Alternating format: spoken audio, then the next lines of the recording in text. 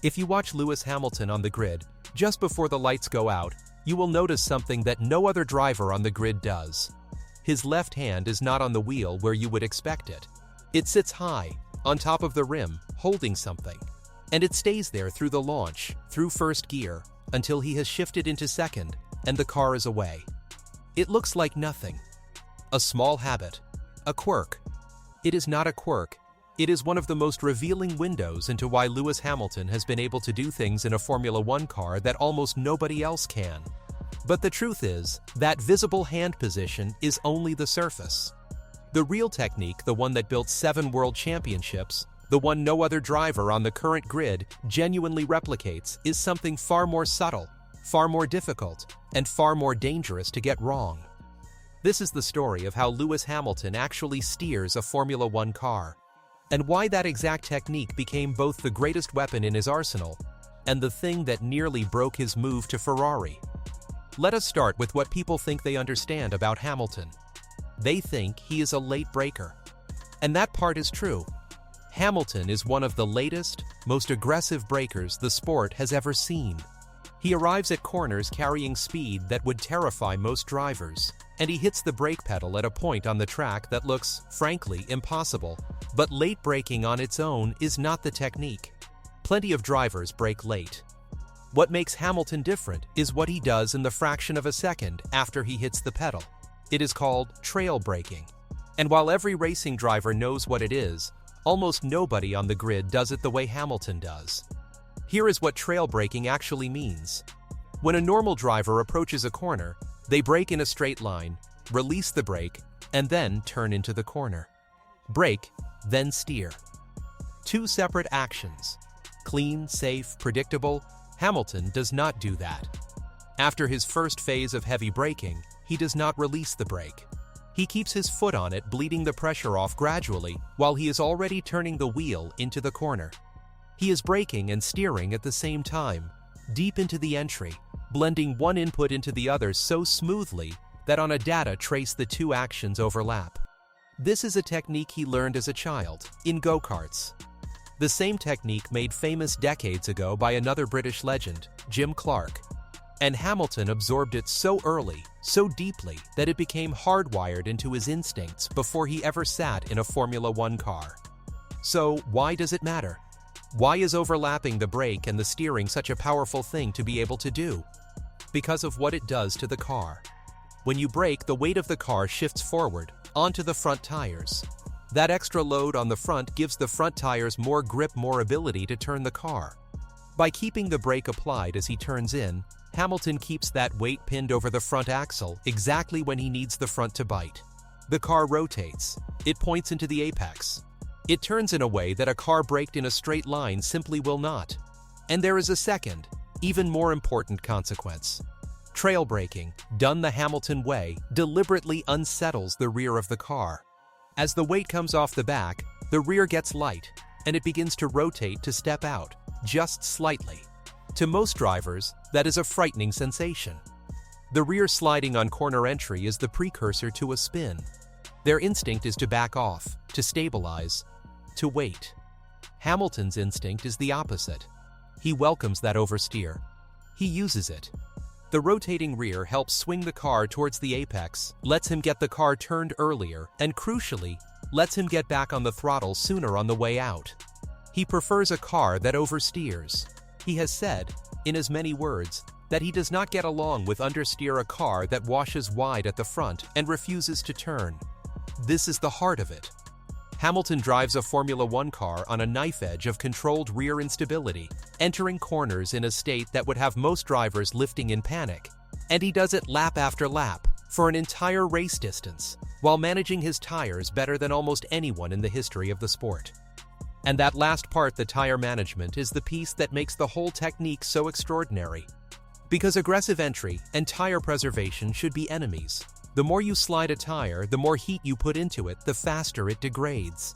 Yet Hamilton found a way to drive aggressively on entry while reading the tire's condition so precisely, adjusting his inputs so microscopically that he could preserve rubber other drivers were destroying. We saw it most famously at Monaco in 2019. Hamilton was stuck on a set of tires that were going away, with Max Verstappen all over the back of him, on a circuit where one mistake ends your race in the barriers.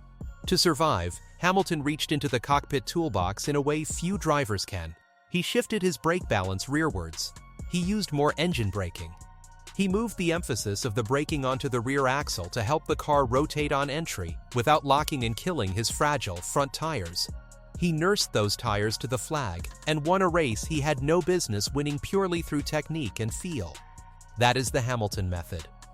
Not just a steering style, but a complete integrated way of working the brake, the differential, the brake balance, the throttle, and the steering as a single fluid system to manufacture rotation, manage temperature, and extract lap time from a car that, in anyone else's hands, would behave completely differently. But here is where the story turns. Because the very technique that made Hamilton untouchable for over a decade became, almost overnight, a liability. In 2022, Formula One changed its rules and ushered in the ground effect era.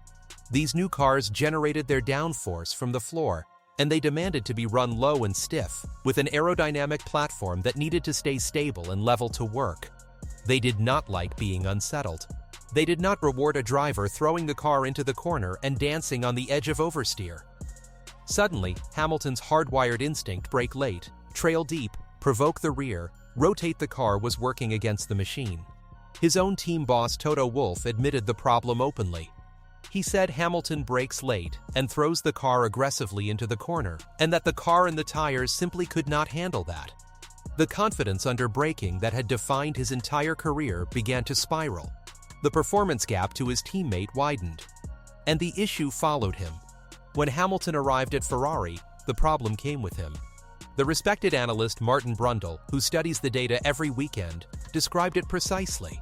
He said that going into high-speed corners, Hamilton hits a little more brake pressure than Charles Leclerc. You can draw a line, Brundle said, straight up from the brake trace to the steering trace, and that tiny extra brake input, applied as the car turns, upsets the Ferrari everywhere. Leclerc, by contrast, he called Mr. Measured on the brakes. Think about what that means. The single technique that won Lewis Hamilton 7 world championships, the deep, aggressive, overlapping trail brake, was the exact thing unsettling his Ferrari and feeding the tire degradation that plagued his first season in red. There was even a hardware dimension to it. At Mercedes, Hamilton had spent years with brakes from Carbon Industry smoother, more progressive, more forgiving as you ease off the pedal into a corner. Perfect for a trail braker who lives in that delicate release phase. At Ferrari, the brakes are Brembo, which deliver their initial bite far more suddenly. His own race engineer was heard telling him he could find time by braking 10 meters earlier, closer to the way Leclerc does it. A decade of muscle memory being asked to rewrite itself. And this is what makes Hamilton's steering technique so unique on the current grid. It is not just that other drivers choose not to drive this way. It is that the way Hamilton drives is so specific, so deeply ingrained, so dependent on feel at the absolute limit of rear stability, that it cannot simply be copied, and in the wrong car, it cannot simply be switched off either. Watch the data from any weekend, and the signature is unmistakable. The late brake. The overlap of brake and steering deeper into the corner than anyone else dares. The deliberate provocation of the rear. The shortest geometric line through the turn because he has already got the car rotated by the apex, where a driver like Leclerc is still wrestling with steering lock and fighting the front end for longer.